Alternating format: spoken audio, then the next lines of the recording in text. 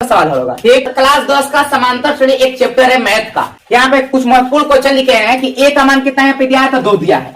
D का मान कितना दिया था, 5, एन का मान 10 और ए एन का मान पूछ रहा है। ये पहला सवाल है और यहाँ पे दूसरा सवाल है। तो यहाँ पे किसका मान पूछ रहा है, तो ए एन का मान। तो ए एन का मान कैसे निकलता है, तो इसके लिए एक सूत्र याद करना पड़ता है। कौन सा, तो ए एन का। तो ध्यान दो इधर, हल सूत्र क्या होता है, तो सूत्र होता है ए एन का कि ए एन बराबर ए प्लस एन माइनस 1 और डी।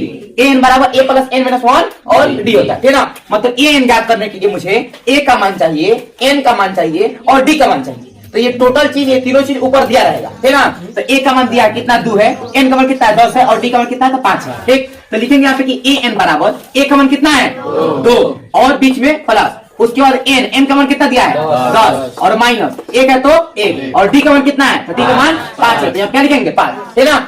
उसके बाद ए एन बराबर 2 और प्लस 10 में से 1 घटाए कितने हो जाएंगे 9, तो 9 और आप कुछ नहीं तो का चिन्ह गुणा और 5 है तो 5। तो ए एन बराबर 2 और प्लस 9 में 5 से गुणा करेंगे, 9 5 45। ए एन बराबर 45 और 2 कितने हो जाएंगे 47। मतलब कि ए एन का मान कितना है 47, कितना है 47। ठीक,